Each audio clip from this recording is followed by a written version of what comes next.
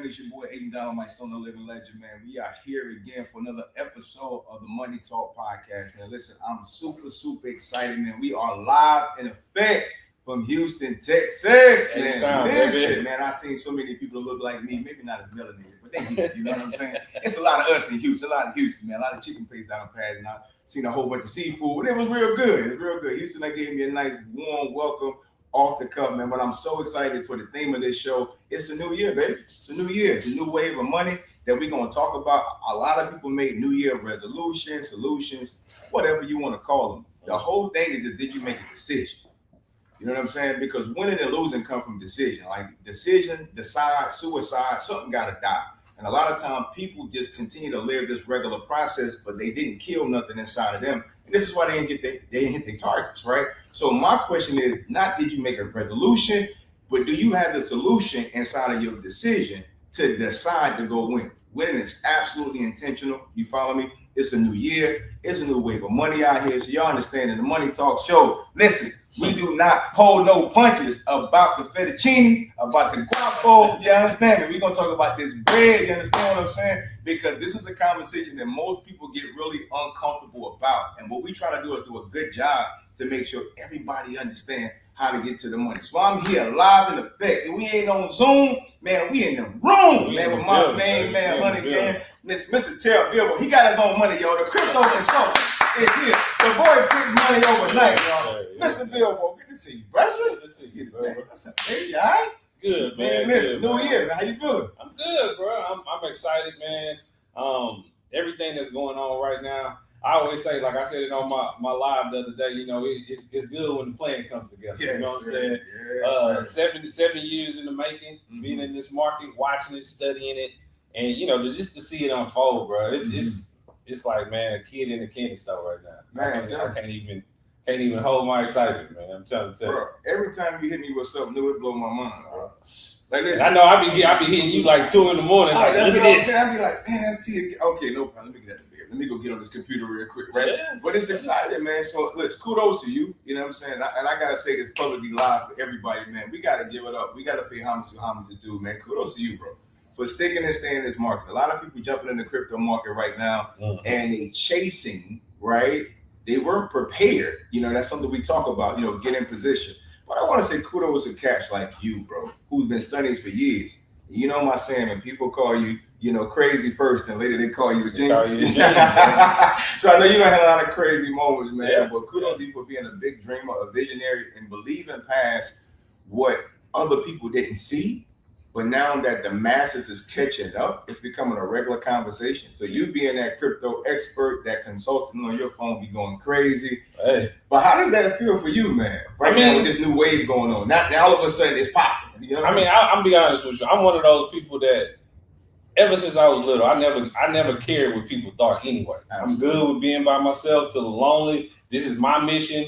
I'm good with it. I've always been that way. You know what I'm saying? So but what I said, I was telling my wife the other day, I was just like, you know, in this time, it's not a convincing thing anymore. I've done that already, screaming from the mountaintop, hey man, crypto thing is happening or whatever. And I say, but and you know, my shower is when I get my downloads from God. So it was just like, God, you know, it was just like, this is my gift, and I understand that. I tell people all the time, I'll talk to you all day about crypto, right? So my gift is free, but my time gonna cost you. You know what I'm saying? So the ticket has went up, ladies and gentlemen. Yes, the price is not today's price. But just so y'all know that. But it's just like, man, like I've always been saying, this is an opportunity that we haven't seen in our lifetime. You know what I'm saying? Like our financial currency, our financial landscape is changing right in front of our eyes. And like, so we was talking about, of course, we're going to talk about XRP today, but you know, when we were talking about it and we were going through how to buy it, open this wallet, do this type of thing. And I just remember back to 2021 bull run, when I was going through pancake swap and all these different dexes trying to figure out how to buy these coins. And I said it then, I'm a tech guy, engineering major, Prairie View A&M University, you know what I'm saying? But so I'm techie anyway. But I'm like, man, people don't know how to do this shit, man. Like on the real, like they don't know how to do this. That's real talk, because I know I was lost. You know what I'm saying? And I'm pretty savvy, you know, when it comes with finance and understand stuff. but I was lost. Yeah. Like I was literally going through and having to take hours with a notebook to write it down. You know what I'm saying? Yeah, man. And so I think that's why, what we talk about is so important, bro, because a lot of people don't understand how important preparation is. You know what I'm saying? That old saying, like, you got to get ready. You know what I'm saying? Always be ready, so you got to get ready. Yeah. And so we've been talking about preparation. You know what I'm saying? One thing I've always agreed with and lived and built my team by is the 5 P's. Okay.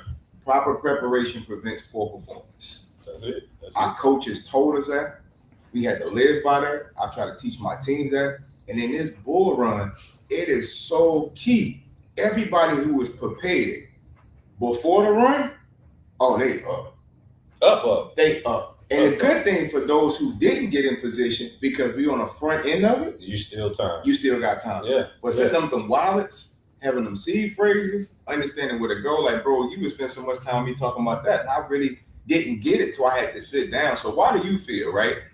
Even though it's popular, why do you feel people still not taking time to get prepared, like to really like lock in? It got to be like a belief thing. It's an inner thing. Like, what do you think it is? I mean, it's just like anything new. Like you said, a confused mind does nothing. Absolutely. You know what I'm saying? So it's like for most people, like if it's tedious for me and kind of constraining for me, I know the average person, like, man, I'm not. And plus, you also got to think about, you got older people, that's looking at it like, this is my life savings, or this is what this is my nest egg that I had. I'm hearing about it, I'm seeing it, but then when I go to do it, man, this is so confusing, and I'm scared to even push my money out here and do this. That's what they miss the opportunity. They miss it. Over fear. They miss it, and that's why. What does fear stand for? False evidence appearing real. Exactly. So it's like most people are going to miss it. Yeah. And this is what it is, and this is what y'all got to understand about technology and what this space is. It's hard in the beginning, right? Yeah. But that's when you got to get it, because when it becomes easy, that's when guys like me, I'm taking profit. Yeah. You're the exit liquidity for me, because if you can get it easy, I'm already done. And you know what I'm saying? And I think that's the key. Going back to your point, like you say, that when you took time, in 2021, learning. You know what I'm saying? Now we're in 2025. You got them. 2017 and 17. Going back to that point with the other board run in 21. Yeah. You know what I'm saying? You put that work in. So again, proper preparation prevents poor performance. Right. And so what I'm seeing, you know what I mean, is a lot of people, that energy is just so nervous. Like, so many people got so much nervous energy, you know what I'm saying, about it. But Cash, like, you just been prepared for it. I mean, you just as cool as the other side of the building. I used to be them. You don't put the reps in. Yeah. And so, going back to people not being afraid, that fear factor. Because I hear people all the time. I got clients that call me, bro, so I want to put money in there. I'm going to put in 5,000. I'm going to put in 10,000. I mean, how do I do it? And they don't even know where to start. You know what I'm saying? So this show is for people like y'all. Understand, you got to start somewhere, right? So when you go, and as we done said since we started this show, we are businessmen, not a consultants. They give out free sauce on the Money Talk Show every single week. You can get a free one-on-one. How many of y'all done did it? So this is what I'm saying. You got to stop being afraid, especially when you got access to this type of information. Because I promise you, if it wasn't for bro helping me and I could pick up the phone after he done gave me the app, he done told me the information, and I still had to make a phone call when I got to a step. That's where the consultation and the coach and the leadership is important. You know what I'm saying? Yeah. So for y'all, go to the Money Talk podcast, go in there, make sure, go to the website, get the free consultation. It's so much information that is for you. We're going to pull it up on the screen for you guys can see it. But get that free consultation. Get that information, because you will be grateful. As we say, you go to bed after you done did your work, and you wake up in the morning, you got more money in your account. Yeah. Is that a good thing or a bad thing? I mean, it's a beautiful thing. I was listening to a story the other day, and it says basically it's a scenario, but basically like, the McDonald's worker walks into the Louis Vuitton store, and the rich guy walks into the Louis Vuitton store, right? And the McDonald's worker say, "Hey, give me one. I want to buy one of those wallets." The guy says it's $1,000. Mm-hmm. He's like, "Damn, that's a lot." The rich guy would say, $1,000, that's pretty good. Give me 3 of them. Mm-hmm. The McDonald's worker said, "Man, look at this dude. He's greedy." Mm-hmm. And I always ask the question, why do you think the McDonald's worker feel like that's a lot of money? Mm-hmm. The reason why is because the time and the work that it takes to get $1,000. That's why it's expensive. Yeah. But if I put $1,000 or I put $100 in something and I wake up and it's 200 or 300 or over time, you know, because this is not. I don't want to give the false illusion like this is overnight, get rich quick. This is not what this is. This is time in the market. This is not time in the market. It's time in the market. Yeah. But you can literally put an investment somewhere because you're doing it anyway. All y'all that got 401ks and all that type of stuff is just sitting there for years, and then when you retire, you hoping that you got something that's gonna be there for you when you ready to retire. Absolutely. Right? So it's the same thing, but the feeling that you get when you put an investment in and you come back and you see that return, and you're like, damn, I didn't have to go work 40 hours a week for this. I didn't have to do any of these things. Boy, that changes how you look at money. Bro, and with your point of that, like the new wave of money. You know what I'm saying? The new wave, like it's a new year, it's new money out here, y'all. Like my grandmother worked for the state of New Jersey, right? She worked in New Jersey. She had a pension.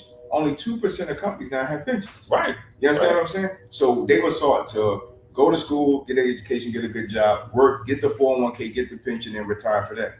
But most people under that old wave of money is under that 40-40-40 rule, right? You know what I'm saying? Where they're working 40 years of their life, 25 to 65, 40 hours a week to retire for 40% off what they could live 100% off of anyway.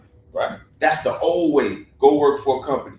And to your point of time, that people were used to saving. So what we're doing right now, it ain't no different. But in the old way, people was working jobs and the employee just took the money out. People didn't have to have. They forced you to save. They forced you to save. They just took the money out of the account and they put it back. And the people just knew, okay, when I get my check, this is what I got to live off of. Yeah. In a new wave of money, it's in your hands. So when you look at historically how in the old way went, you had pensions. Then companies got away from that a little bit, right? Because they was hurting their pocket to keep paying for these people after they leave the job. It wasn't profitable. Right. Then we moved to 401ks, right? 401k, 403b, 457, where it said we'll match you up to 6%, 3 and 3. So now the company is taking off more liability off of them and helping a little bit, but we ain't gonna pay for you once you leave here. You can take the 401k with you. You know what I'm saying? You can transfer. We gonna cut ties. So if you just look at historically in the old way, bro, how companies mandated and took care of people, then they took away their liability and said, we'll support you while you're here, then you own. And in our generation, entrepreneurship is so heavy, you feel me? Ain't no employers. You gotta have the discipline in this new wave of money to be able to take care of yourself and your family for the long run. And that dollar cost averaging that you talk about saving, that's everything in the new way. And the thing about it is like I think that's the biggest problem. Yeah. Because with crypto and everything like that, you were totally responsible. 100%. And most people don't want to take responsibility for their own money. They would rather give it to somebody else. If anything goes wrong, you did it. You know what I'm saying? Nah, bro, you have to take responsibility. You have to sit yourself down and say, hey, I'm going to learn something new. And for a lot of people, it's hard, but I do think it's hope, man. It's hope out there. Like I got my mom. My mom's 75. She be trading. Shout out to mom. Yeah. We love you, mama. This weekend, we come and get some meat. Yes, sir. But she, it's gratifying to see the change in thought process. Yeah. But I look at it. A lot of people don't have somebody like me sitting next to them, talking to them, beating it into their head. Because I told my kids be like, why do you talk to grandma like that? Respect your elders. I was like, because she got to know it. You know what I'm saying? Like, if I love you, like, I can't let you sit around me and act and have that old thinking. I can't do it. It's so uncomfortable, bro. Like, I know my family get tired. Shout out to y'all too. I love y'all too. But those of us who know who talk about it, like, we get so excited about it. You know what I'm saying? I'm absolutely excited about this information and trying to share it. Again, it's a new wave of money out here. And as a people, we have to get used to understanding this new wave. Like, we have to get so good of making the uncomfortable comfortable. I believe if you want anything in life hard enough, you'll do what's necessary to get it. Absolutely. We got to put away the excuses. We got to put away, I'm too busy. We got to put away even the notion of I don't got the money. Like that excuse got to go out the back door. Because on some of these projects, you put in $50 or $100 and you look at the share cost of what you're getting at 0.00012. And I mean, then you got 8,000, 10,000 shares, they go to $1, like you up. So you can't tell me you couldn't have skipped McDonald's, you know what I'm saying? And it ain't even that, bro. $50 or $100. It's like, think about it like this. Ain't even an excuse no more. You got to take charge. Think about it like this, bro. And I've always said that because I'm just saying this straight up. Black folks, it's time for the excuses to be gone. Gone. Right? Because you can walk in anybody's houses. Yeah. It's at least 4 to 5 big screen TVs. Your kids got the Jordans. They got every single thing that's out there. Like, like I think if you look at per capita, if you just look at the spending power of African American, just our community, we're the 10th largest nation in the world by spending power. That's a fact. So that's not even That's a lot. what is it? $1.3 billion hits the churches every Sunday. With that being said, we're gonna take a little commercial. Paying around. You know what I'm saying? It's like, so we gotta we got the money now. When does the personal responsibility kick in? That's the key, bro. The discipline. Like, listen. So all we trying to tell y'all in this new wave of money is on you. Like, this is what we trying to tell you. Ain't no more excuses. The excuses have to go out the window. You gotta take action. Like, shout out to everybody that's been following us and y'all been taking action. Like, we get the emails, we get the text messages. We see some of y'all that's coming through and y'all taking action. Like, no more faking, no more acting. Like, if you're gonna change your life, you gotta take action. I think one of the biggest things you could do if you're a procrastinator is start taking action. One of the biggest things you could do if you put stuff off is start taking action. Like, you have to do what you're afraid of. So shout out to everybody that's been executing in spite of being afraid. Yeah. You know what I'm saying? In spite of not knowing it all, we get y'all messages, and I'm proud of y'all. So let's talk about this new ecosystem, man. Because I know we got a guest coming later today. Yeah. We're gonna talk about some things about how to get in that real estate space.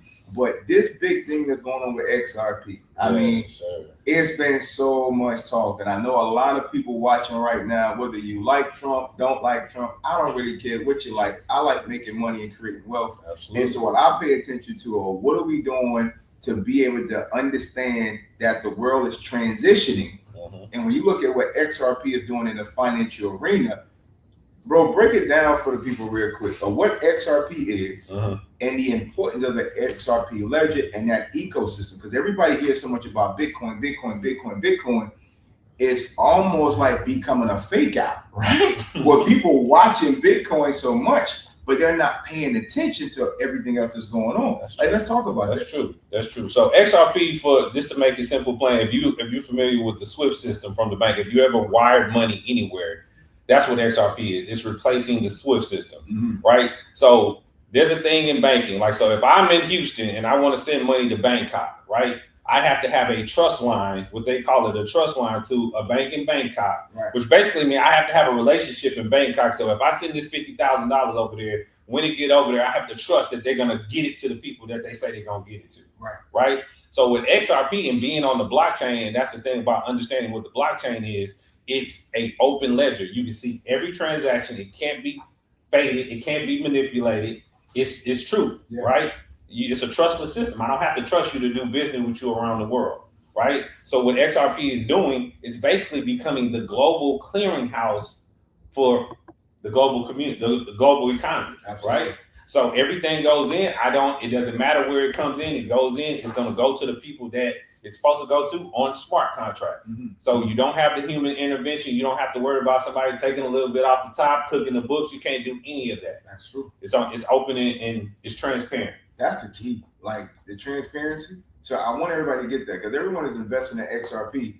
And again, it's becoming a trend. It's becoming a fad. It's becoming people chasing the market. You know what I'm saying? We're not really understanding what it is. And so I think one of the biggest things, if you understand, a couple of years ago with XRP litigation and what they was going through, that was a setup for the preparation of what was to come. Oh, you know what was it? It wasn't Danny, man. What's our boy name? I forgot who he was. He was the commissioner. But when they filed that lawsuit and I saw it, I was like, oh, this a play. It's a play. You know what I'm saying? They're bringing the price down so they can get themselves in position because this is the thing. And remember, we were talking about it the other day, like knowing how to read charts gives us such like a superpower because most people are just waiting for a tweet or somebody to talk about it on the news. But by the time it gets to the news, you're already late, right? So me being the researcher that I am, when they did that, I started saying, okay, I knew it was a play from the beginning. What is XRP doing?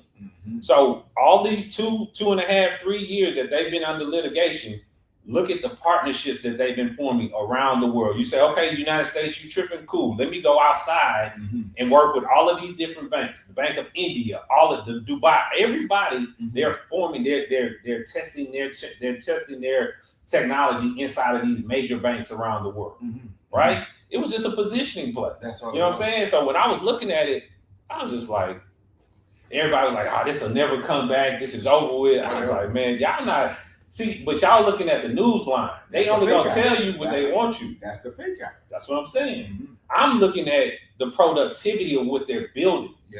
Around the world. That's the key. I'm like, man, like I said, for me, I started buying XRP at like 40 cents. You know, and I'm mad at myself because it was at 20. You know what I'm saying? But it's just like, bro, when I seen it, and then when I and this is the thing. So the IMF, the International Money Fund or whatever it is, they put out a paper, right? And it's free information, bro. But people just don't go look at it. But I read the paper, and it's called Trust Lines and like Banking and Trust Lines or something like that, Banking Bridges or something like that. And I read it, and I'm looking at what they talking about, and I'm like, oh my God. And they mentioned 2 cryptocurrencies inside of that paper from the IMF, XRP and XLM. Look what's happening. I said, man. So that's the deep part. So I really want y'all to get that. And I didn't get into the end of the boom. Before I even knew what it was, I think I got it was like $1.14. And it was spiking around that time before the dump. And it sat there for 2 years. Like I didn't even look at it. And I bought it, forgot about it. Thank God for that. I appreciate that. I just really forgot. God knew. That's what Let me take care of this fool. Let me just take it off the board, man. Let me just set it over there for a second. And so when they came back, my partner shot me a message like, Sloan, XRP took off. I said, really? Let me go look. Boom. God had blessed me. You feel me? And it was sitting there. But I think the importance of this that I really want all the listeners to understand is that it's not just investing into a coin or a token. I want you to have a deeper understanding and knowledge. Is what does it do? When you have an understanding of anything, you perform better. And so we don't want any of you guys just to be investing your money to what people said, because that's what people are doing with the news. Whatever the news said, you're doing it. But if you go to places like we gave you the resources, coinmarketcap.com, and you go click on your particular project and you go and read up on the information, like that's the type of conveying of what the Money Talk Show wants to bring to y'all, the knowledge. Not just listening to the news, not watching for a tweet, but do you have the proper understanding? Because wealth starts in the mind. Then it goes to the pocket. You follow me? And if you keep chasing a dollar gonna keep running. And so if you go investigate your projects, and that's what I really want you to dive into is what is XRP? And then would it be in that clearinghouse that all major banks and institutions across the world are using to transfer money? Isn't that something you would want to invest into? I mean, you know what I'm saying? Like this is, make it simple. Like, what you want to be a part of? My analogy for it all the time is, you know, would you rather own the toll booth or bet on every car that's going through it? I want to own the toll booth, so I get paid on anything that comes through here, and it's all about infrastructure, and that's what I'm saying. Especially, I got to talk to our communities. We've never had an opportunity to own the financial infrastructure of the world currency. Like we've never had this opportunity. You didn't have an opportunity to own Bank of America, Chase, Merrill Lynch. You don't have an opportunity to own none of those. Well, we did.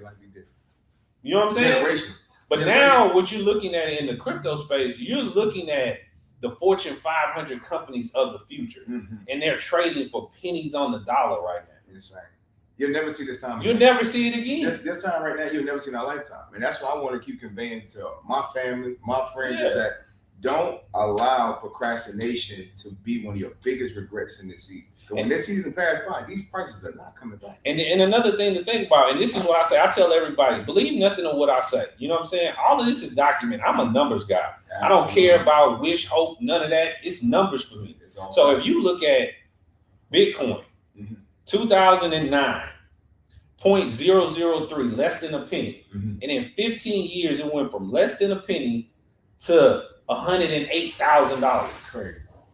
Tell me another asset class. Tell me another. What other investment is doing that? What else is doing that? So in 15 years. In 15 years. Some people still working their job and working the same job now. 15 years, you would have put $100. Look what happened to you. $100. $100. That's what I was saying earlier. $100 to change your life. Yeah. If you just got this, but go ahead with that point. Go ahead. Keep riding that. So what I say, this is not something about like hope and dreams, right? And that's what you said. I look at it all the time. Like people think like rich people got like magic diapers or something like that. Like, it's not the truth, bro. They just know where to look. Yeah. You know what I'm saying? They have access to information, and that's why we do this show. That's why we do this. Absolutely. So you would know where to look. Like my thing is always, I'm trying to teach a man to fish. Absolutely. Like every time, I tell even our students, I tell them, bro, I don't want you to depend on me because at some point, Mr. Billboard's gonna fade to black, and you ain't gonna be able to get in touch with me. Black like this. Like this. You know what I'm saying? Me and my wife, we gonna be on an island somewhere. We gonna be I ain't got phone number no more, black.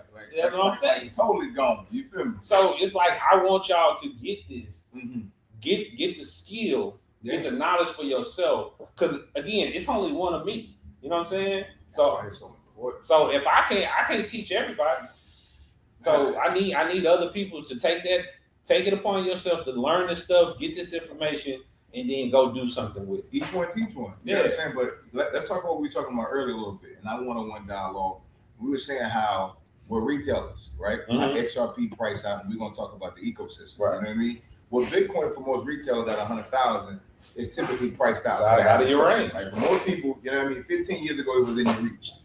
4 years ago, it was in your reach. It was at the tip. You know what I mean? It's still like 4 bands. You know what I'm saying? But from 4 bands, even when it retraced to 16, it was still reachable. You know what I mean? If you want to go grab that, right? Whether you got a business line of credit loan reaching your savings, it was reachable. Right? Yeah. Let's talk about XRP a little bit right now. We talk about how easy it was to be able to put $100 at 40 cents. Now at $3, to be able to start getting 1,000 coins gonna cost you 3 bands. 3,000. You know what I'm saying? Yeah. Now 3 bands a couple months ago. Just September, August, July. With 3 bands gonna make numbers. Let's talk about how it's starting to be priced out if you don't move. See, and this is the thing. When mainstream picks it up, you damn near too late. Yeah. Like that's just what it is because it's almost there. Because what's happening, and we're gonna go into the details of it, but you gotta understand, like XRP has a escrow, right? They have an escrow of the amount of tokens. The exchanges have a certain amount, and then it's about 10% of the supply that's floating around. That's great. Right? Only 10. Only 10. So when, let's say, and we're going to go to the clip in a minute, but that's when Trump say, hey, we're going to do a strategic reserve for the United States of a basket of cryptos, right? XRP is leading the charge on that list. So when they say that and the United States picks it up and put it in their strategic reserve, what do you think the other financial institutions around the world going to do? They're going to pick it up automatically. It's only 10% that's in circulation right now. The escrow can't come out, and the only time the escrow will come out is when they're giving it to you at a higher price. So they're controlling the price of the coin. Absolute supply and demand. That's all it is. Like it's going on with Bitcoin right now. So we're gonna go to this clip real quick. I want y'all to see that, and then we're gonna dig in a little deeper. $35 trillion, hand him a little crypto check, right? We'll hand him a little Bitcoin and wipe out our $35 trillion. But how do you want it to be? We'll hand him a little Bitcoin. So what Trump is saying is this. The United States right now currently is $35 trillion in debt, right? Every 100 days, we pay about $1 trillion in interest, right? So what he's saying is, in an interview, maybe we'll hand them a little crypto. Maybe we'll use crypto, a little Bitcoin. And like you said, the fake or the look away is we'll hand them a little Bitcoin. We'll write a little Bitcoin or a little crypto check, and we'll take care of our $35 trillion in debt, right? Well, I was watching an interview, and it basically broke down the math of it, right? So the math is this, right? So right now, if the United States said, hey, we want to buy a million Bitcoin, right? At the current price, it would take them like $107 billion to buy $1 million in crypto, in Bitcoin, right? And in order to take care of $35 trillion in debt, the price of Bitcoin would have to go to $36 million per coin. That's crazy. And that would give it a $750 trillion market cap. Not real likely. Right? Because you got to look at how much money actually fiat is floating around. And so the numbers don't math, right? The math ain't mathing, right? But if we look at XRP, we look at XRP sitting at about $3.20, right? To buy enough Bitcoin, to buy enough XRP to take care of $35 trillion in debt, they at the current price, the United States would have to spend about $12 billion. Sounds more doable, right? More realistic. And then the cost of XRP would have to go to $8,800. Absolutely doable. It's doable. Think about it. And now the whole debt could be eliminated. It'll eliminate, and actually that number, it would eliminate $45 trillion in debt, because let's say if it took 5 to 10 years for us to get there, right? So you got to think about that. We still spending money, we still print money, right? Right. But in 5 to 10 years, if XRP going from where it is now to $8,800, and them buying, $12 billion worth of debt, they can eliminate $45 trillion in debt. That's amazing. That's what the math is. That's so if that's the case, and if you look at it right now, the video that I was looking at, it says 2,500 XRP. And I did, we gonna do the math. Did the numbers. 2,500 XRP. Y'all write this down. 2,500 XRP at $8,800 is $22 million. Just right beside that life change. So that's the math. That's the math. Footnote. And when this is not hope and dream or whatever. That's so obtainable. They're calculating what it would take to make this happen. Bro, listen, that's so obtainable right now. Yeah, it is. You feel me? Like even at $3 to get to 2,500, that's so obtainable in the coin. And listen, and again, I want you guys not to make the same mistake that I made, right? When I first started investing in crypto, I'm gonna give y'all some transparency. I did what most people did. I looked at how much money do I want to invest versus looking at how many coins or tokens was coming out of that dollar amount. I didn't do the math right. Because most of the time we're looking at investment, the number one thing most people say was, how much should I invest? Right. You get that right. All the a time. million times, right? Yeah. But I don't want you to do that. I'm putting 20,000, 25, 10. I'm gonna wait till I get another 10 grand to put over there, right? We start thinking like that, like we about to go buy a house or something like that, right? That's how we typically look at investments. Right. But what we should have been doing, what I should have been doing, is looking at the coin and seeing, based on how much money I put into it, how many coins would that equate to? Right. And then if that coin that was already down go back to the all-time high, what was my profit margin off of that dollar amount? You feel me? Right. I totally screwed it up. Hey, moment of transparency, because I want you guys to understand, like, mistakes happen if you don't get out of that old way of thinking of how you think about investing. Because again, $100, $1,000 XRP 4 months ago, 6 months ago, based on being at $3 now, could have been life changing. Yeah. But if you were just thinking about, I want to put $1,000, you might would have missed it. Right. But if you would have calculated how many coins, right now, 2,500 coins is the focus. Don't think about the dollar amount. Think about 2,500. You got to get to that goal. Whatever you got to spend to get to that goal. I want you guys to leave this show with this understanding. Focus on how many coins you have in your asset portfolio of that project. So when that accumulation of that cash flow, that market cap increases, this is how you going to dictate how much money you're going to make. Absolutely. And what I would say too is, like, everything, and again, you can go do coinmarketcap.com. You can go do your own research, right? Absolutely. And everything that we're talking about, well, $8,800 on XRP is a projection into the future, right? Based on math. But when we set up these portfolios, we're looking at where it is now and what the market has already agreed to pay for it, the all-time high, right? And I give you a real estate example, right? So if you're buying a house in a neighborhood that all the houses are market value is $300,000, but you can get it for $100,000, you know you got $200,000 of equity in that property. Meat on the bone. It's the same thing here. It's no different. That's why I say demystify this whole space. An asset is an asset is an asset. You buy low and you sell high. That's just that's it. That's in everything. That's it. So don't make it difficult, fam. Let's make sure we get this. I want to dive into your point real quick before we go to our segue with our guest. Going back to the XRP. So we done talked about a minute the alleged settlement XRP means, what it's used for, clearinghouse for institutions. I want to segue into that too. We talked about how many banks and institutions, how much money they're going to save. Right. And so 2 parts to this. You already know where I'm going with this. Because of the clearinghouse ability, the blockchain capability, the trust line is established, banks going to pick it up. Banks are going to save billions of dollars on fees. Billions of dollars of money just mysteriously get lost. You know what I'm saying? And don't show up to the destination because it's already a set line. Yep. But I want to go to two things. That's the first. The second one is this. Our people have an opportunity to get ahead of countries right now. Right.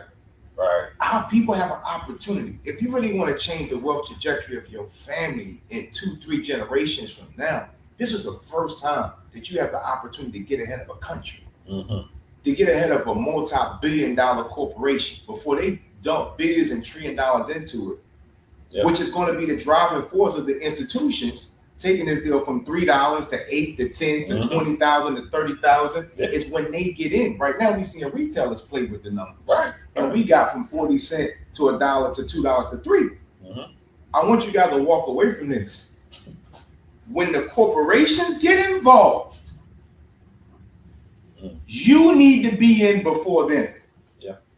Because that's what's going to make it. It's the first time. And that's why we said this is an opportunity we can't miss. This is a new day, a new wave of money that you have the opportunity to get ahead of countries and corporations who we already know got more money than all of us. But we still can get in before them. Absolutely. That's so powerful to me. So if you miss that or you're not heavily invested in that, let's talk about the ecosystem. Because once all these billions and $1 trillion come into it, that money is going to flow down to other projects that's in the XRP ledger on the XRP chain. Let's talk about that. So this is just the way it happens in all investments, right? You have an investment, like I always say, investment wakes up every day looking for a deal, right? So that's just what it is. So it's called capital rotation, right? So when I bought XRP now, those profits, I'm saying, okay, what's the next thing I can put this in? Right. That's how it's going to happen. So right now, XRP, everybody's focused on XRP. Everybody's looking at XRP like they should, right? But XRP is also creating an ecosystem of meme coins, utility coins, all of these different things. Just like if you know about Solana, you know about Ethereum, you know about all of these different chains, all of these different blockchains, they have ecosystems that people build on top of their technology. Absolutely. Same thing is happening with XRP. So what is happening is that when people start to take profit in XRP, they're going to look to the ecosystem to see what's the next investment to put this money in. What's the next move? And like he just said, if you can front run countries, you can front run billions and trillions of dollars by just paying attention right now. Because I'm going to tell you, it's not a long time. Because once the new chairman comes in, Gensler's out. Once the new chairman comes in, that lawsuit will be kicked out. And then that's when the institutions, they get their regulatory framework, the rules of the road, and you're gonna see so much money pour into this market that you won't. I don't think people really understand the amount of money that's getting ready to come into this market. But the only reason that it hasn't is because fiduciary responsibility says if I don't have regulation, I can't touch it. But Trump is gonna make sure let the dollar circulate. And when that happens, it's over. It's done. It's So listen, done. did you hear that? Let's say it one more time for the people in the back. Is it done? It's done. Okay, let's just go back. As we say in poetry, rewind. Let's go back. When Trump clears up the regulatory paperwork for the institutions to take the shackles off, at that point they can dump billions and trillions of dollars into the market. That's what you're telling me. So our next guest, sure. he used to manage some money. So I ain't from Houston, so I want to make sure I understand. That's right. Okay. Because this is this other thing I want you to understand too, and this is the last point because we got to bring him up. Brokers on Wall Street, right? The average, if you make 7 to 10% on a portfolio, you're a genius. Like you doing your thing in the market, right? I sent you a project last night that did 124% in 24 hours. 24 hours. Blew me So away. these brokers I was on the flight too. I was upset. These brokers on Wall Street are going to bazooka money into this market because why? Their commissions are going to be stupid. Absolutely. They're going to be stupid. And this is what I'm saying. So this is a time, man. Like I said, get yourself in position, get in place. Man, get this money. That's all I got to say, man. So let's take a break. It's game time, man. So listen, we're super excited about this, man. I hope you guys got some out of the first segment of this deal. Man, it's called Money Talk for a reason. Absolutely. There's a lot of money going on right now. You know what I'm saying? We talking about generational money. Yes, sir. And in this first segment, I just want y'all to keep in mind, you have a chance to get in front of countries. I just want everybody to walk away with that. You can get in front of countries and companies with your investments and wait. Because it's already coming. Rising tide lifts all boats. Man, it's crazy, man. Well, listen, we're gonna go backstage for just a moment. So you guys, y'all stay tuned, right? We're gonna bring up our guest speakers. We go through how you can get in position with this real estate market and be able to change your life. So y'all stay tuned. Give us about 2 to 3 minutes and we'll be right back. All right, we're gonna go backstage, man, at the Money Talk Show with my main man, 100 Grand, Terrell Billboard, the crypto genius. I don't even call him the crypto consultant no more. That boy genius. Yeah. That boy got his own money. I've been calling Terrell the genius as soon as we met. The boy had at this time, and I'm just grateful that we got a chance to get in position, yo. We'll be right back after this commercial. We going backstage. How you put it backstage? How? Yeah, right there. Right here? Yep. Remove?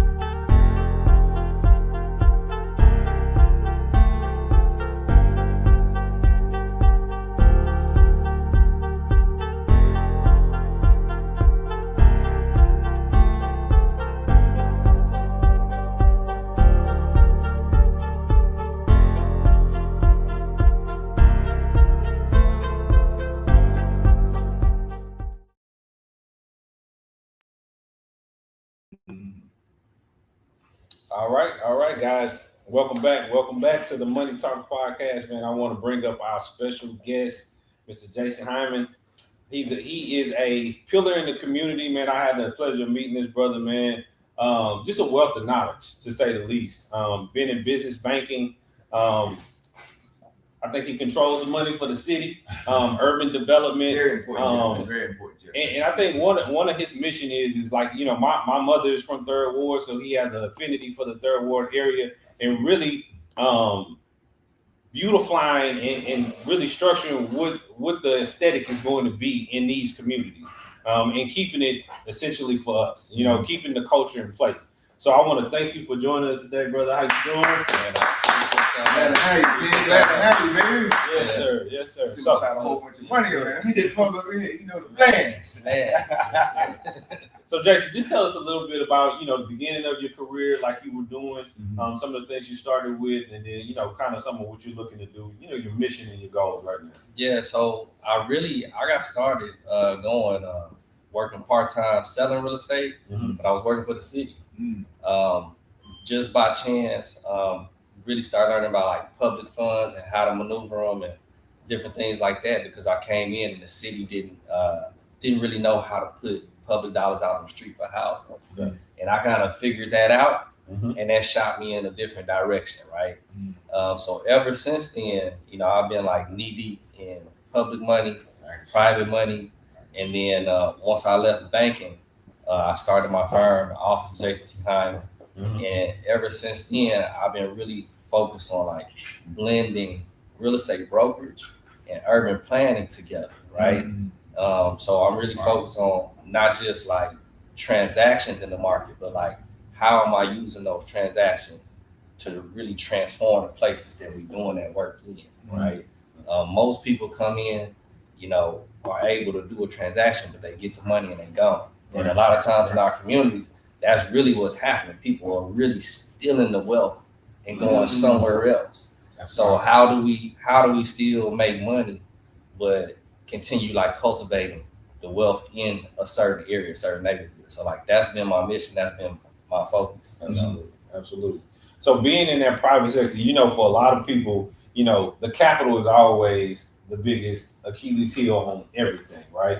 So being in those rooms, I know we had a conversation about it, but what are some of the discussions that you're seeing for being kind of, I would say, the minority in the room, and what are their focus based on what we're trying to get accomplished that you see? You know, I think the biggest thing that I can see when you talk about capital, especially private capital, and it's like been a big conversation for myself, like over the past year with people, is being able to really pull dollars together. So when I worked in banking, I think that was one of the things that like really blew my mind, is that here it is, I'm coming into banking thinking like the banks are competitors, right? And they are.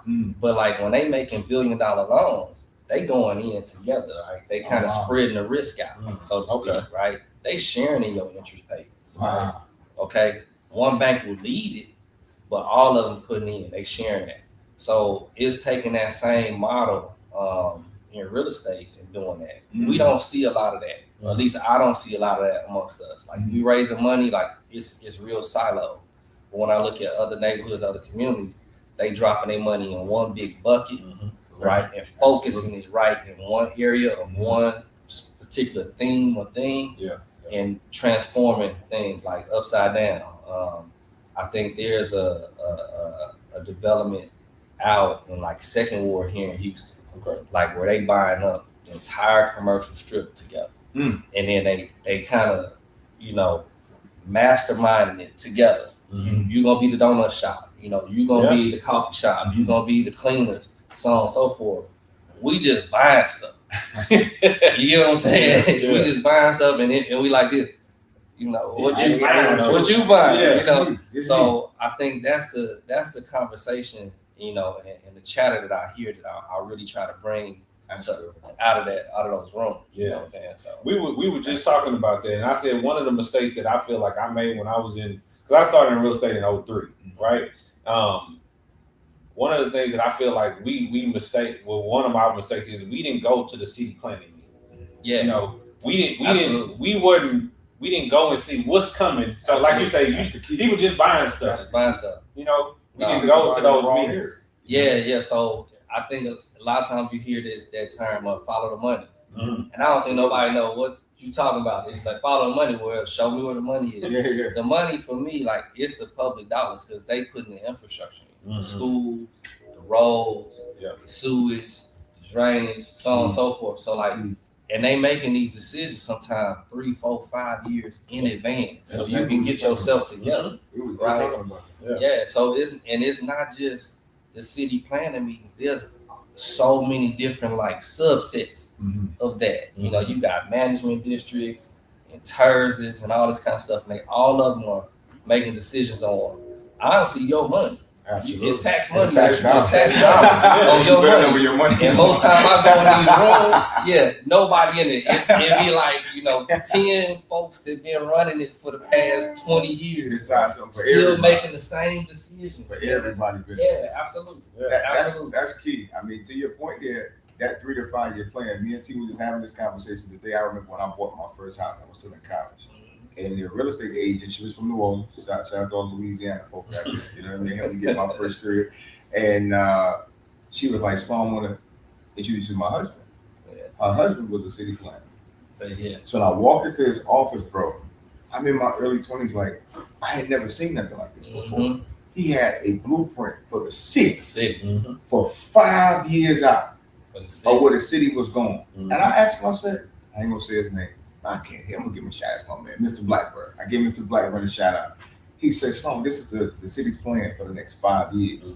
So what that told me as a young entrepreneur was, to your point of follow the money.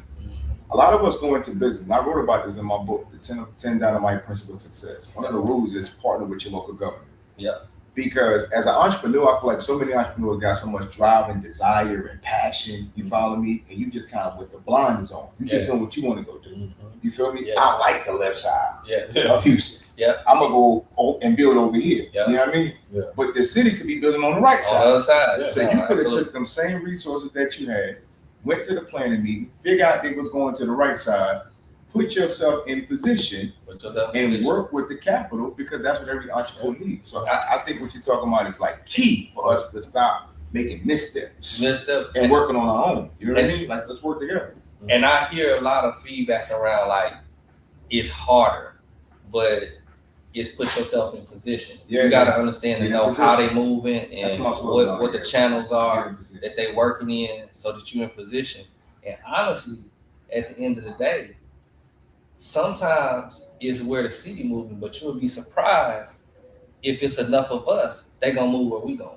You know what I'm saying? Because they don't come stores and all that stuff. It's more so along the lines of like there's the city got a finite. You were just talking about earlier, right? In terms of the market cap, so to speak, right? Yeah. Think of it the same way. The city got a limited amount of resources. So if I got $1 million and I got to leverage it against something, let me leverage against the 20 million the private sector bringing in, so to speak, right? But if we not at the table, if we not saying what's going on, if we not putting our dollars together in some place, like they don't, it's not impactful for them, so they're gonna go their own way. So to your point, like we see in certain communities, like I'm from Jersey originally, right? And so in New York and Jersey, you see a lot of Jewish communities come together. A lot of times you go to New York and you see a lot of brownstones, and y'all that's from that area, you know what I'm talking about. You can travel to see it. These brownstones have been bought up by so many Jewish communities. You look at a lot of my family's Muslim, you know what I'm saying? And so you look at the Muslim community come together, put money together, and go buy up businesses. You know what I'm saying? You see with the Chinese. Y'all see where I'm going with this? You see all these different cultures and genres that actually come together to support one another with the mission is because the long-term wealth goal is for the whole generation to move. You feel me? And I think one of the biggest things we got to get past in the Black and brown community is these round discussions like this. But we can build that bond and that trust and say, this is a collective decision, and let's put this money together to buy a whole neighborhood, or the city is doing this. And to your point, this is what we got going on. So we can go to the city and be like, yo, this is what we got going on. Let me get y'all support over here. But we got to come together and really be able to build that. Do you agree with that? I do agree. It's tough. I'll say maybe about 3 or 4 years ago, I founded a nonprofit to try to start doing it, having those conversations, bringing more folks together. key. that's aligned in that fashion, Mhm. but really truly like push the resources and the information to them. From my perspective, what I've seen over time is that, like, especially in Houston, you have large foundations, banks, so on and so forth, that come in to invest in certain areas.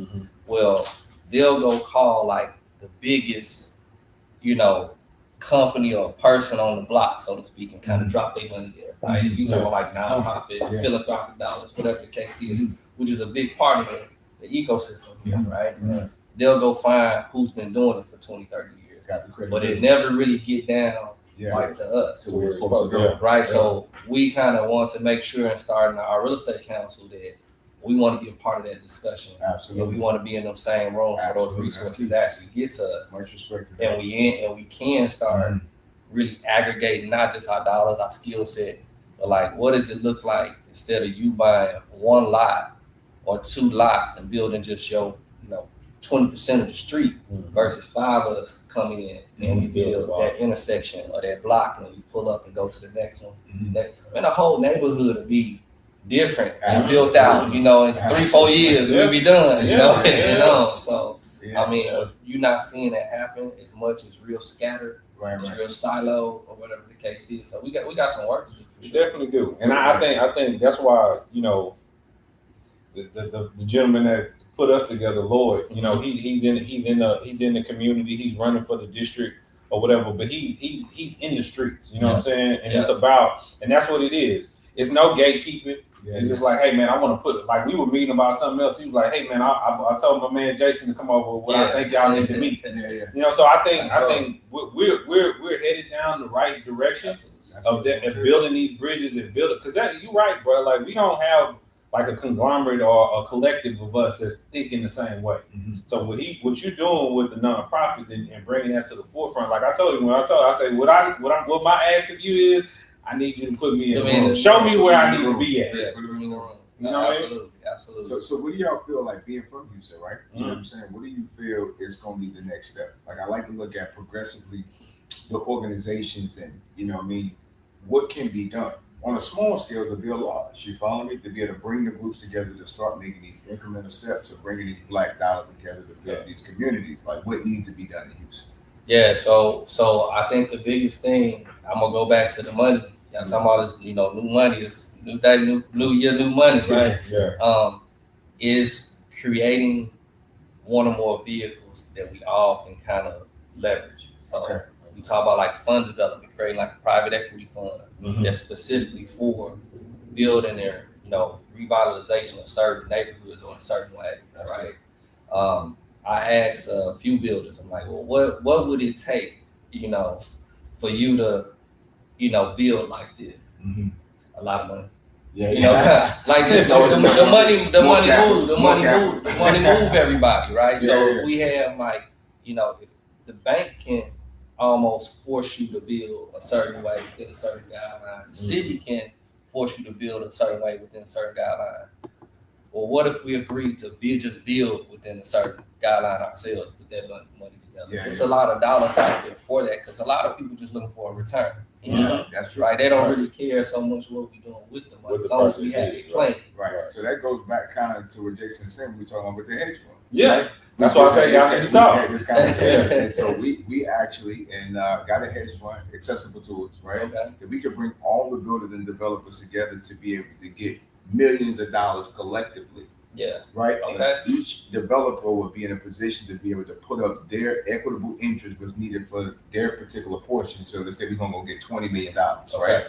And let's just say your project was just $2 million. Okay. You know what I'm saying? And so you just put up the 20% for your $2 million. So you put up your $400,000. So we can draw down. And you know what I mean? Everybody do that. So now we got, let's say for instance, 10 developers that just need $2 million. That's too small to take to a hedge fund. Right. But if we got 10 of us collectively that need $2 million, and we got 20, then we showed a whole plan in this portfolio of what area we're going to develop it.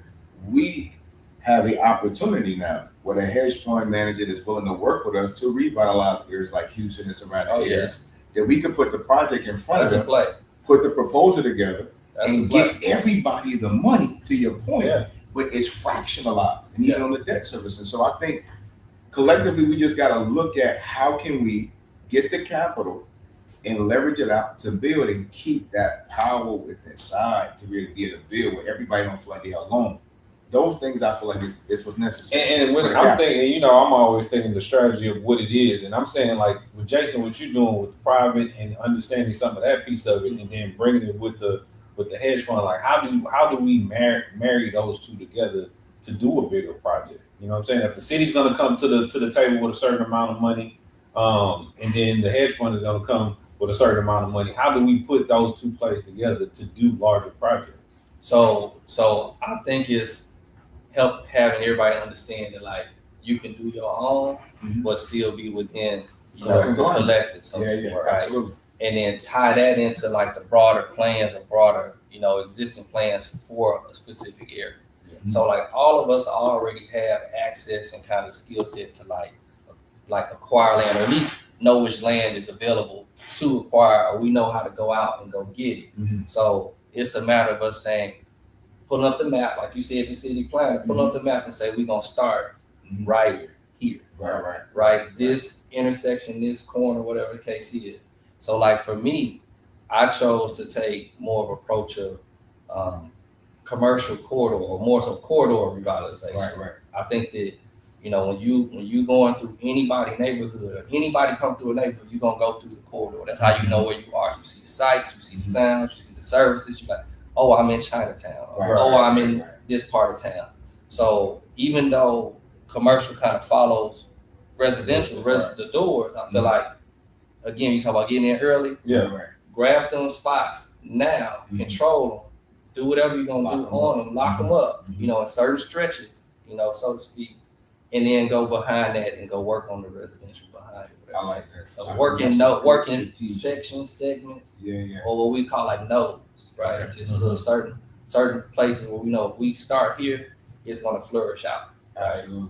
But I think that's the first step. But it take just a handful of us to agree. That's what we say. It don't take a lot. It don't take a lot. You get enough, a good group of people that's running on the same mindset, running on the same wavelength. We just have to do that for like with the one that you have on Emancipation. So talk about a little bit of what you're doing on Emancipation. So if you guys don't know, in Houston, Texas, Emancipation is a famous block. Like my mom used to, like my mom's from Third Ward, so the El Dorado Ballroom, all of those things happen on this stretch of land. And so you can go more than that. No, definitely. So this probably about a mile and a half commercial strip. It's historic strip, like you're saying. Used to be called Dowling for those that, the history buffs or whatever the case is. But now what you're seeing, at least what I'm seeing in a lot of like our neighborhoods, is like people buying property on the commercial corridor and building houses, right? But these are places that the city and everybody else has said they need jobs over there. So how you gonna have jobs in the neighborhood with these houses on the commercial corridor? So one of the things we did was started buying property on the corridor. Even though it may not be the best time to like put a traditional commercial space there, we taking what you said earlier, incremental approach. Absolutely. What can I do with the land right now? Even if it's just clear it and put food trucks on it. Even if it's just a ran down building, I can start reusing, repurposing it, whatever the case is. But I'm thinking 10, 15, 20 years ahead. I'm gonna get in, buy, and then I'm out next year, whatever the case is. So it's really being thoughtful, being intentional about what we're doing on the corridor, about what we want on the corridor. Because I tell everybody, you can't keep what you don't own. You can't control or say nothing about what you don't own. You're just talking at that point. All it is. Right. So it's really, that's been the approach, kind of master planning it out. I was having drinks with a friend of mine last year, and he was trying to understand what I'm doing. I'm like, well, if you can go to the burbs, but everybody go to the burbs because it's a master plan community. But like, what is the difference in master plan in the hood? So to speak, it's property. It's built differently, but it's property, and we can acquire it and figure out what needs to be done instead of doing what we can.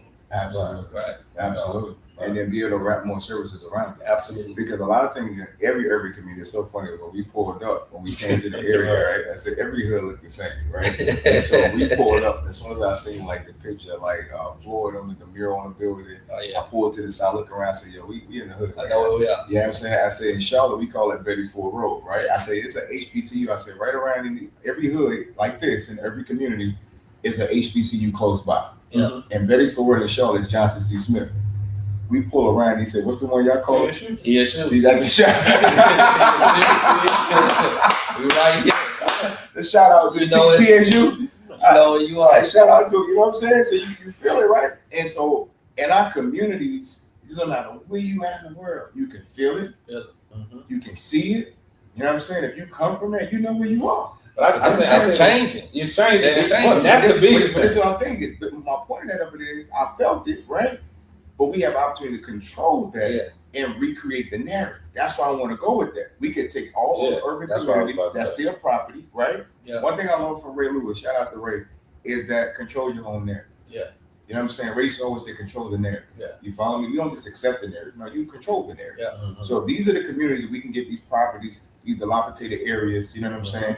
And we can get them for way under market costs, and we can be able to go and revitalize it. Now we can control the narrative of it because it's still within our arm's reach. I'm telling you. That's what we need to be looking at. And then we can do the wraparound businesses. Okay, we need a tire shop out here. You know what I'm saying? Okay, we need this business, that business. Now we bring in more, more dollars, more cash flow to the area, building up the housing, and then we got better environments for the kids, their education. Like you can control that whole narrative, right in your own, right there in your own backyard. Yeah, that's the play. That's the play. I know right here around TSU, the Black population is declining for several reasons. Really? Yeah. It's no longer predominantly Black. It used to be older. Gentrification is happening over there. It's a lot of different reasons. We can go into them, but just on the surface, was where it was more than 50%. We down there almost to the low 40s. Really? Right? So we talking about like it's changing fast, so to speak. So controlling the narrative right now is really important. And I think one thing to say, we was having this conversation last week, I think, about a lot of the older generation that still own property. They want to sell to you. They want to sell to us. Yeah, they want to sell to you. Yeah. Wow. But if you're not there and you're not doing the right things, like they gotta do what they gotta do. Yeah, they want the narrative to be what you're saying. That's good. Yeah, one of my good friends, he ran the Third Ward Police Station. Like we just got off the phone with him, and he showed me the plan for Third Ward like 5 years ago. I'm telling you, it looks like Rodale Drive. That's what it looks like. And I'm just like, and I told him then, I was just like, man, we gotta be a part of this, man. Absolutely. We gotta be a part of this because I'm looking at it and I'm seeing it, and the people that's building in Third Ward don't look like us. At all. They don't look like That's us. typically how it goes because they see the opportunity. And then they move on. Like, so where I'm at down in Salisbury, North Carolina, is an area called East Spencer, right? And so it had to be about 5, maybe 6 years ago. We went down there and looked at that whole area. So in East Spencer, 80% of the property at that point was dilapidated. 80%. And so we went to the state and we showed them the plan, but it was ill how the city did it. So in East Spencer, North Carolina, Rowan is considered Rowan County, right? But East Spencer is a township, not a city, right? And so with all the crime and the real estate, there's no bank in that area, no school in that township. The city would take the demographics of that township to be able to get the grants and bigger money across the county and put the money in else places. So they kept that area downtrodden because they needed the stacks. You know what I'm saying? And so what you started to see in East Spencer, my mentor, shout out to Muhammad, who just passed recently. Muhammad used to tell us, buy the property, buy the land. You know what I'm saying? So we didn't take heed. What happened, if you go to East Spencer now, and you look at all the houses that's been developed and bought and the land around it, they don't look like us. The Hispanics came in and bought it up. You know what I'm saying? The Caucasians came in and bought it up because they see the opportunity. Right. We could see the opportunity like, man, I ain't. It's not so true. My business partner used They to always see say it that. and they put the money to it. That's Because they buy pennies on the dollar. My business partner used to always say, sad. we always say, what they doing over there. Yeah, And it ain't never us. Because I'm telling you, like, the chicken spot. The chicken spot right there on Alameda and Blodgett. Number one chicken. The little wing Yeah, chicken. yeah. Where the Shipley's is now, Mm-hmm. that was our office. Oh wow. We got it from the doctor, and we didn't buy the property. I remember that used to be like little like pool bill. It's been all kinds. It's been all kind of stuff, but we bought it like from, I think it was a doctor's office or whatever when Yeah. we got it. And we look at ourselves now, and I kick them like we could have, like with turkey leg hood and all that, we could have bought that whole block. Oh wow. We could have bought the whole block. And it's like to come back and see what it is now, it's like, man. Yep. And that's why we got to learn from these mistakes, and we got to really take action when We you gotta see get- what we it gotta is. get active. Absolutely. We got to get active because it's going across the world. We all can relate to the same thing. Man. Yeah. Ain't that something? Listen. I'm in Charlotte. Y'all in Houston. Yeah. But we going through the same stuff Same thing. in our community because it's universal. You know what I'm saying? So one thing I want our listeners to take from this deal is take action. Like we have to come together. So one thing, Bill Boy and I have been working on is leverage, business funding, putting us in position, understand business credit. What does that do for your business to be able to get the right leverage, right? So again, if you go to the website, click the link, go below that, get an opportunity to have that consultation. Because we have lenders in place that can help a business get the capital that they need to start leveraging so that they now can start building off the leverage. Again, the United States of America is a company, for those who don't know. Right. You know what I'm saying? No, It's not a absolutely. country, it's a company, right? It's incorporated. Yeah. You follow me? So operating in this country, you need to have a company, LLC, S Corp, C Corp, and then get your funding under that business. Now you can bring that leverage to the table to be a part of the conglomerate. You see what I'm saying? Yeah. So don't feel like because you don't have the liquid resources or so on and so forth, it's available. Yeah. You know what I'm saying? Gotta Like get out these there. are the Yeah, absolutely, conversations yeah. we gotta have. Yeah. So we can come together because no matter where we go in the country, we gonna see the same thing. See the same But thing. we So, gotta take action. so one of the things that we're excited about, Jason, myself, and my wife, Move with Ty, we are doing a workshop.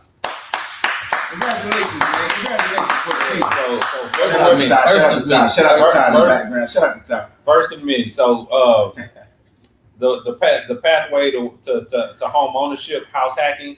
So if you're not familiar with what house hacking is, it's like, so in Houston they've changed some of the code so you're able to put more doors on a smaller footprint. That's basically what it is. So we're looking at it from the standpoint, because I tell people this all the time. When I was a mortgage broker, right? And I said, people looked at the crash as a bad thing. Yeah. Right? And I said, it wasn't a bad thing, because what it did, it allowed people home ownership. Yeah. I said, but where I failed my clients was I didn't educate them. Hey, you're gonna get accelerated in payment. This arm is gonna expire in It's 2 gonna happen. years. Yeah, Let's yeah. get your credit together. Let's get everything Let's get together. strategy. Let's Yeah. refi you so Yeah. you don't have to deal with payment shock. I That's good didn't stuff. do that That's good to you. as a young That's good. mortgage That's broker. good. That's good. So now that's why we're in the community to say, hey, let's educate these people on how to use that 1 to 4 contract, same FHA, to get you 4 doors. Because most people will tell you that a house is the biggest investment you'll ever make. Yeah. That's the biggest lie that they ever told us, right? Yeah, yeah. A house is something that's making you money.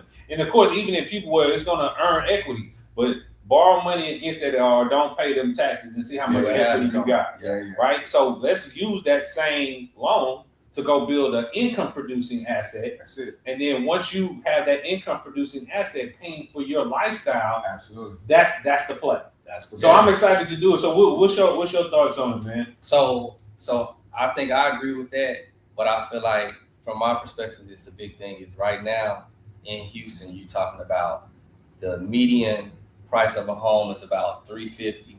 Mhm. The average is about $400. Mhm. So if the middle is $350 and the average $400, let you know we trending well up. Yeah, Okay. yeah. So it's getting harder, even though we're probably a little bit less expensive than other parts of the country. Mhm. It's getting harder because you got a lot of people moving here. And honestly, I feel like after California fires, They coming. it's a lot more people coming here. So It's like coming. the demand for Houston being a strong economy is getting harder and harder for folks to get into homes. Mm. Insurance is high, so on and so forth, right? Yeah. You got all these hurdles.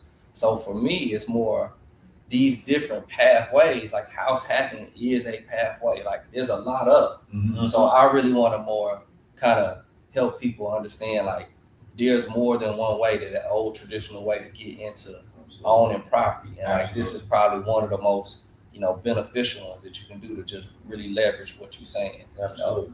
Get some cash flow, have a better quality of life in what you're doing instead of paying just this really big mortgage Right, that yeah. you got. Right. But February 10th, Absolutely. February 10th. They Yeah, can gonna go make me out. fly back to Houston. They can go out. We just launched the nonprofit site, which will be hosting the event. Give them the third, nonprofit. the What Third is it? World Real Estate Council. Third World Real Estate So Council. you can Google Third World Real Estate Council, go to Explore, and you'll see network, and you'll see all the different events that are coming up in House Hackins on February 10th. So, Looking forward to it. But, absolutely. really excited. So, guys, another good one. That's great, man. I enjoyed It's myself, great. man. I knew this was gonna be great, man. Absolutely. Listen, we appreciate you coming on, Jay. I Listen, so appreciate that. real quick, if we can get our maestro back there to put that website in the comments in the chat, please. Hold on, before we hit that, go ahead, Ty. Put Any Third questions? World Real Estate. I want to make sure the website You is can in the do comments for the people. TWREC.com, or you can just Google Third World Real Estate Council. The Third World Real Estate Council. Did we have any questions? There was one question. She said, Sabrina Nelson, should we be removing the money when the stocks go up or leave it in until it Good gets a question. high increase? So Talking crypto prices. you never go wrong from taking profits. That's what I tell most people. And also you have to have a plan. Like when I'm telling my clients, we're looking at numbers and ranges, right? Mhm. So if you're buying here and this is the high, once we get to 50%, we're taking half of our position off the table. Mhm. At 61%, if you know fibs and things like that, Mhm. 61%, we're taking another 25. And then that last 25%, then you let that go into price discovery. You at that point, you working with house money. It's all house money. So it's more about having a plan than to say, excuse me, if it's at this price, when do I take it? Yeah. Like having a plan along the way. I think that's good because most people really struggle with that piece of the strategy, Yeah. right? Money's going in. I had the courage to put it in. Mhm. When do I take it out? When do I take You it know what I'm out? saying? When I take it out, it's just as much nervous on the takeout part, right? It is. As to put it in. And people lose, like if they wait too long, they don't got no strategy. I'm one of You know what I'm saying? I'm telling you, I I saw saw, open it and come back. yeah, because the thing about it is, it's like we get greedy. Yeah. Excuse me, For we sure. never see numbers like that, and it's like, I think, and then again, we're listening to that's the bigger thing. Mhm. We're listening to what everybody else is saying. Yeah. Oh, it's going to 1,000, it's going to 100. Bitcoin is going to 1,000,000. Look at the chart. You Yeah, gotta yeah. understand What where the you chart are. Yeah. And I get it, man. Most people don't have that skill. Yeah. But I would say, like, even if you don't trade, learning how to read a chart is It's detrimental. man. Like It's really- in this market, like it's detrimental. You gotta know the chart. I mean, to a point that back to you were saying right here, T, on know how to take it out. You know what I mean? Studying that chart to get a good idea of where you investing your money at too, and knowing how to trade that market at the same time is a double dip. Oh yeah. So everybody right now that's invested into crypto should also learn how to trade crypto. You know what I'm saying? In the forex market and on the different brokers, so that you can be able to make that money. Because if you believe in the project, you might as well make money from the market. Of how the buyers and sellers move too. You know what I'm saying? So if everybody's in our community and extreme lifestyle has really got a good opportunity to know how to trade.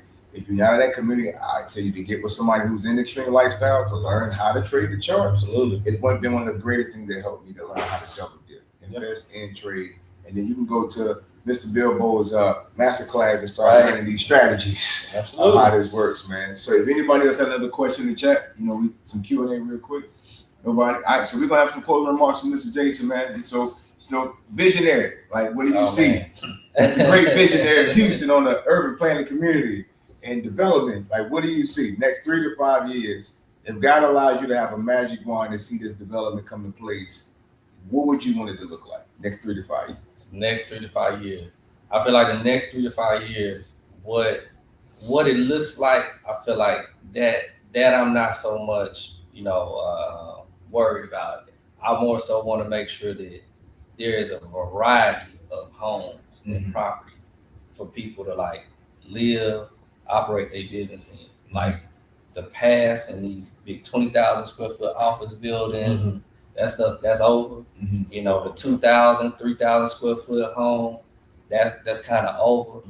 We do need to get back to like starter homes, other types of living situations. That's so like good. over the next 3 to 5 years, I really want to, if I had my way, if I can develop and partner with enough folks to put at least 50 different models that can be replicated here in this city and across the country, that's the goal. Got it. That's the goal. Collaboration. Yeah. Absolutely. Simplicity, making sure wealth accumulates is in reach for people, right? Yeah. That's it. That's a good humble goal. Yeah. You're a humble brother, Jay. Uh, It's a good humble goal, and we appreciate you, bro. Yes, sir. Yes, Good sir. hope. Guess you got it. Well, man, again, it's been a pleasure. Thank you, Jason, man. Like I said, I'm looking forward to everything that we're gonna do in the city that we love, man.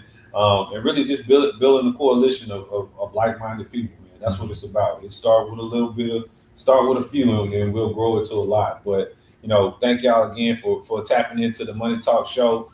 This is what we're here for, man, to give you the information and the conversations that need to be had in our community. That's what we're here for. So, always tune in. We're gonna keep giving you what we got. So that's what I got for them, man. Absolutely. So my closing remarks to me, man, is the biggest thing I got from this. Again, shout out to y'all brothers for receiving me in Houston. I got some different sauces of soups, you know what I mean? As soon as I got some sample of soups and some fried oyster with some oyster nachos I got as soon as I got here.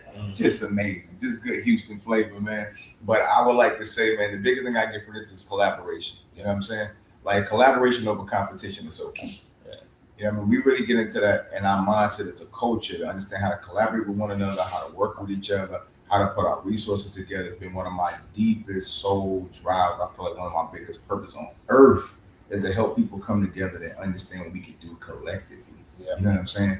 Like when we can just get out of that hurt and damaged space and like off in the corner, like we can just get away from that.